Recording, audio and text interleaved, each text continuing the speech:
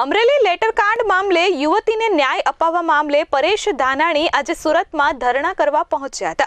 તેમની સાથે પ્રતાપ દુધાત સહિત અનેક લોકો જોડાયા હતા। જો કે પોલીસે ધરણા પહેલા જ તેમની અટકાયત કરી હતી। માનગઢ ચોક ખાતે ધરણા પર બેસવા જતા હતા તે પહેલા જ પોલીસે તેઓની અટકાયત કરી હતી। પરેશ ધાનાણીએ કહ્યું હતું કે આંદોલનો આઝાદી પહેલા પણ થતા હતા। હાલમાં ગુજરાતમાં સળગી રહેલા અમરેલી લેટરકાંડ મામલે આજે 13 જાન્યુઆરીએ સુરતમાં પરેશ ધાનાણીએ ધરણા પ્રદર્શનનું આયોજન કર્યું હતું। વરાછા ખાતે મિની બજારના માનગઢ ચોક ખાતે પરેશ ધાનાણી સહિતના કોંગ્રેસના આગેવાનો ધરણા કરે તે પહેલા જ પોલીસે તમામની અટકાયત કરી લીધી છે। પોલીસે વહેલી સવારથી જ ચુસ્ત બંદોબસ્ત ગોઠવી દીધો હતો। વગર મંજૂરીએ ધરણા કરવા આવતા પોલીસે પરેશ ધાનાણી, પ્રતાપ દુધાત સહિત 40 થી 50 કોંગી આગેવાનોની ટીંગાટોળી કરી અટકાયત કરી લીધી છે।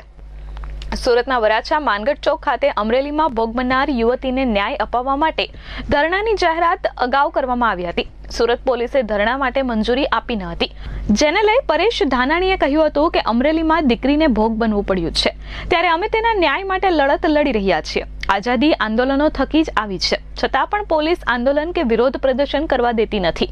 માનગઢ ચોક ખાતે અમે પરમિશન માંગી હતી, પરંતુ પોલીસે અમને પરમિશન આપી ન હતી।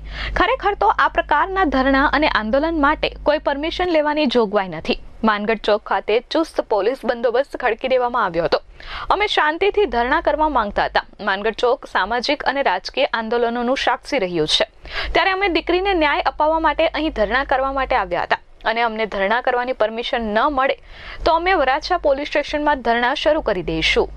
માનગઢ ચોકમાં શ્રી સરદાર સાહેબની સાક્ષીએ એના સ્વાભિમાનનું રક્ષણ કરવા એક નિર્દોષ દીકરી એને ન્યાય અપાવવા માટે અમે 10 થી 5 માનગઢ ચોકમાં ધરણાની જાહેરાત કરી હતી। માનગઢભાઈ, પ્રતાપભાઈ અને ખૂબ બહોળી સંખ્યામાં ગુજરાતભરના આગેવાનો અહીંયા આવ્યા છે।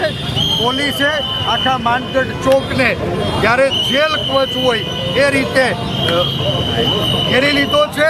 એમ છતાં અમે સરદાર સાહેબના ચરણોમાં માનગઢ ચોકના પાદરમાં વંદન કરીને વિનંતી કરી છે, હે સરદાર, તમારું સ્વાભિમાનના રક્ષણ કાજે આ ગુજરાતની એક દીકરી એના ન્યાય માટે અમે આ ધરણાને શરૂ કરી રહ્યા છીએ।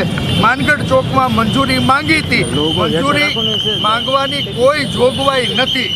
આ દેશમાં સંવિધાનથી દરેક માણસને સરકાર સામે સવાલો ઉઠાવવાનો અધિકાર છે।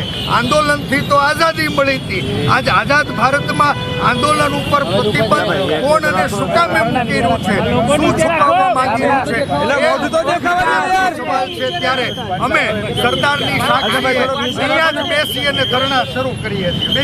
Bureau report S24 news, Surat.